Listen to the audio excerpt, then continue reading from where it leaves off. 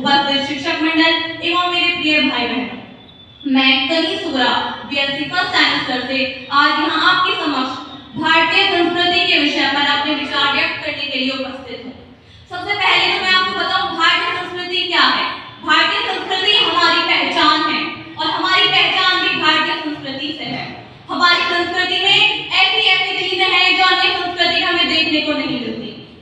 और मैं कहना चाहूंगी कि भाग्यशाली है वो लोग जिन्होंने लिया है इस पवित्र धरती पर जन्म, अनेकता में एकता के सूत्र को बांधा यहाँ विकास और धर्म।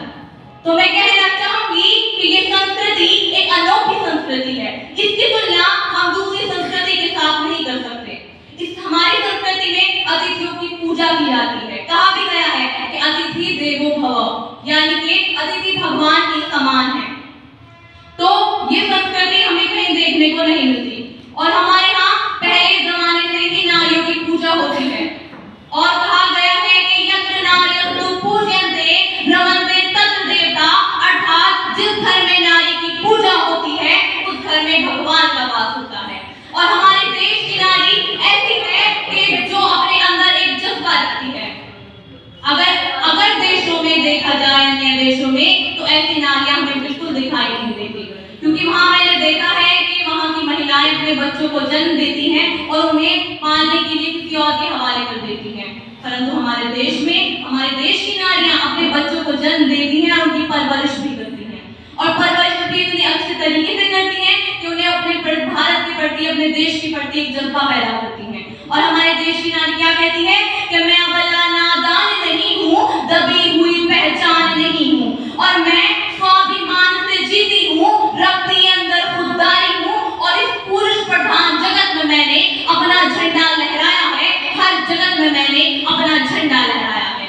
हमारे देश में हर धर्म के लोग रहते हैं, हिंदू, मुस्लिम, सिख, ईसाई आपस में है भाई भाई का नारा लगाते हुए हर धर्म के अनुयायी रहते हैं। और यहाँ आपस में इतना प्यार है कि वो अन्य देशों में हमें दिखाई नहीं देता। हमारा देश एक अनोखा देश है और इस संस्कृति को, इस विरासत को हमें संभाल कर रखना है। सबसे बड़ा जो श्रेय है वो युवाओं का है। युवाओं को चाहिए कि सबको इस चीज में जागरूक करें और खुद भी जागरूक हों। हमारे संस्कृति ने हमें ऐसी विरासतें दी हैं कि जिनसे हमारे शाही अतीत का प्रकट होता है, जिससे पता चलता है कि हमारा अतीत कितना शाही था। कि मोहब्बत की दास्तान बताता है ताजमहल, मोहब्बत की दास्तान बताता है ताजमहल, और लाल किले को तिरंगे का अभिनंदन। और एलोरा की गुफाएं दर्शन दर्शन देती हैं, तक्षशिला नालंदा दुनिया को शिक्षा देती हैं, दुनिया को शिक्षा देती हैं।